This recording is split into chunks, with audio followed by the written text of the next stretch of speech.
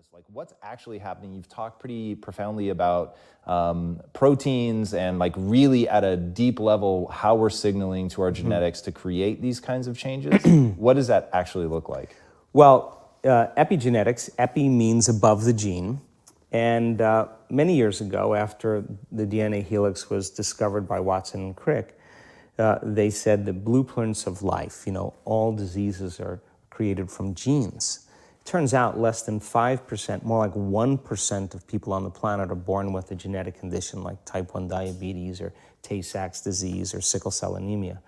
The other 95 to 99% are created by lifestyle and by choices.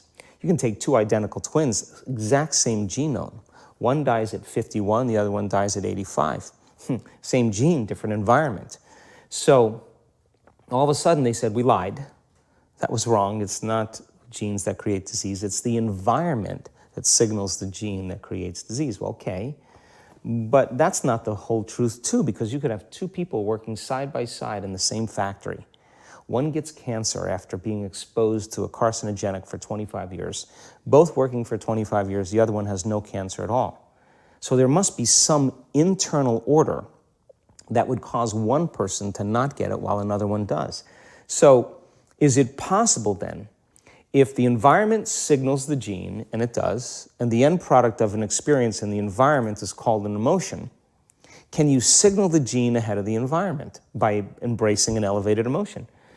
We've done the research on this. We measured 7,500 different gene expressions in a group of people that came to an advanced event for 4 days.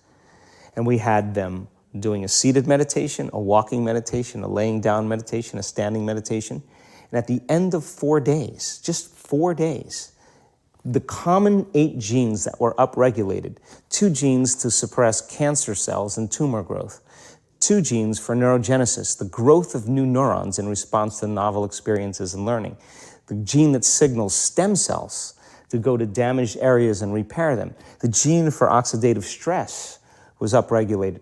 We started seeing all these genes that are very, very healthy to cause the body to flourish. Imagine if people were doing that for 3 months. We also measured telomeres, the little shoestrings on the end of DNA that tell us our biological age. We asked people to do the work, meditation, 5 out of 7 days for 60 days.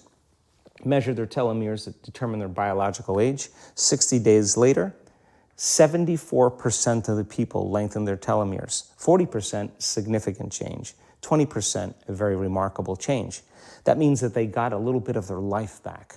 If it had lengthened by 10%, they got 10% of their life back. That's incredible.